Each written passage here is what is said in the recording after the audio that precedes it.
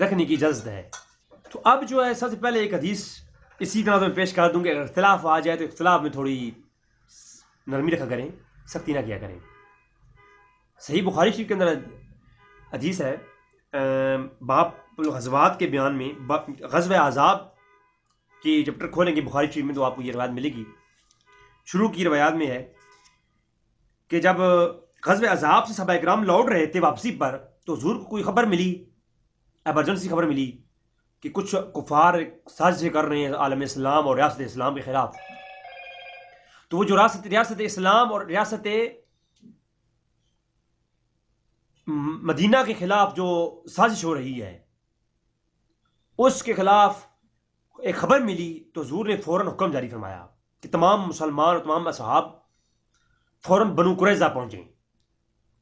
اب بنو قریظہ کے لیے میں اس پہ آلریڈی اختلاف کیسے مٹایا جائے اس پہ میں لیکچر ریکارڈ کرا چکا ہوں، اور اس میں نے یہ تمام روایات بخاری مسلم کی پیش کی ہیں کہ اختلاف کے ہونے کے باوجود بھی اسلام میں کتنی وسعت ہے۔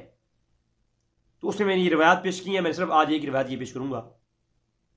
تو بنو قریظہ پہنچے، حضور نے حکم فرمایا، اور حضور نے ساتھ مطلقاً حکم ایک اور فرمایا خبردار کوئی بنو قریظہ پہنچنے سے پہلے نماز عصر ادا نہ کرے۔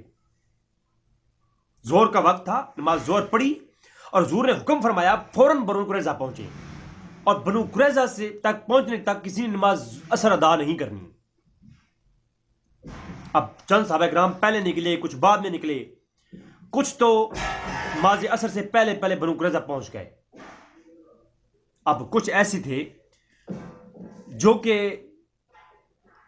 رستے میں ہی تھے کہ انہیں نماز عصر ہو گیا، وقت نماز عصر جو آن پہنچا۔ تو اب وہاں پر جو لوگ رستے میں تھے اور نماز عصر ہو گیا تو ان کے مابین آپس میں اختلاف ہو گیا۔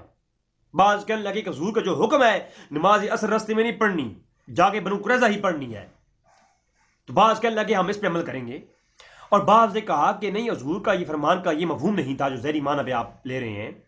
حضور کا مفہوم یہ تھا کہ جلدی جائیں تاکہ جا کر کے آپ نماز بنو قریظہ میں پڑھیں، یعنی جلدی نکلیں اور جلدی پہنچے بنو قریظہ اور نماز عصر وہاں جا کر پڑھیں۔ حضور کہنے کا مفہوم یہ تھا، مطلب یہ تھا۔ تو یہ تھا۔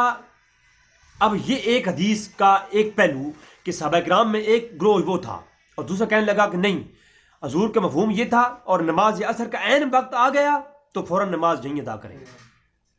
تو نماز عصر کا وقت عین وقت موجود ہے تو یہاں، تو بعض نے وہاں پڑھ لی اور بعض نے کہا کہ نہیں، حضور کے فرمان پہ عمل کریں گے، وہاں جا کے پڑھیں گے، تو بعض نے وہاں جا کر پڑھی۔ لیکن جب نماز جا کے پڑھی نا تو حضور وسلم کے سامنے یہ بات پیش کی گئی، حضور نے خاموشی اختیار فرمائی، دونوں پر کوئی ایک کو صحیح اور ایک غلط نہیں فرمایا، دونوں حق پر ہیں۔ لہذا حضور اکرم صلی اللہ علیہ وسلم کے جو اصحاب ہیں ان کے اندر یہ اختلاف ہوا تو دونوں حق پہ، تو اختلاف ہونے کے باوجود دونوں کے لیے گنجائش رکھیں۔ اب یہ نہیں کہ جنہوں نے ادا کی اور دوسروں والے نے ان کو غلط کہا یا گستاخ رسول کہا، یہ بھی ایک مسئلہ ہے نا کہ چھوٹی چھوٹی باتوں پر بھی گستاخ رسول کے لوازمات اور یہ چیزیں ساری میں آلریڈی پیش کر چکا ہوں۔ تو اب یہ بھی نہیں دوسرے جنہوں نے پڑھی وہ گستاخ ہو گیا، یا جنہوں نے نہیں پڑھی وہ نماز کے احکام سے انہوں نے روگردانگی کی، ایسا نہیں ہے۔ تو تھوڑی سی وسعت رکھیں، وسعت رکھنے سے آپ کے سامنے بہت سی چیزیں انشاءاللہ تعالیٰ آ جائیں گی۔ اب چلتے ہیں اپنے عنوان کی طرف۔ ناظرین، یہ کوئی پہلی وبا نہیں ہے جو عالم اسلام کے اندر یا پوری عالم دنیا کے اندر اس نے تباہی پھیلائی ہے، اس سے پہلے بھی کئی ایسی جو امراض ہیں وہ آئی ہیں۔